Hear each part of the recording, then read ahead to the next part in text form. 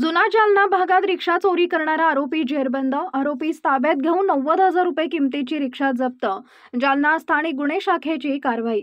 जुना जालना भागात रिक्षा चोरी करणाऱ्या आरोपीस पोलिसांनी जेरबंद केलंय. आरोपीस ताब्यात घेऊन 90,000 रुपये किमतीची रिक्षा पोलिसांनी जप्त केली आहे. जालना स्थानिक गुन्हे शाखेच्या पथकानं ही कारवाई केली आहे.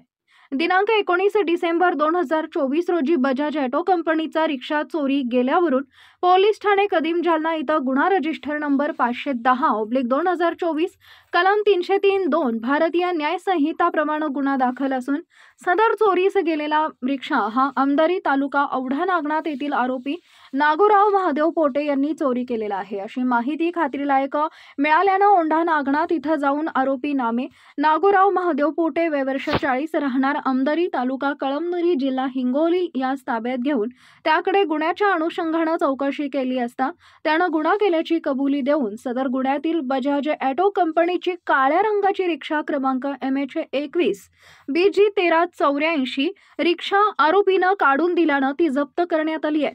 सदरची कारवाई माननीय पोलीस अधीक्षक अजय कुमार बंसल, अप्पर पोलीस अधीक्षक आयुष नोपाणी यांच्या मार्गदर्शनाखाली स्थानिक गुन्हे शाखेचे पोलीस निरीक्षक पंकज जाधव, सहाय्यक पोलीस निरीक्षक योगेश उबाळे, पोलीस उपनिरीक्षक राजेंद्र वाघ, पोलीस अंमलदार रामप्रसाद पवरे, गोपाल गोशिक, सागर बाविस्कर, इर्शाद पटेल, रमेश राठोड, रमेश काळे यांनी केली आहे.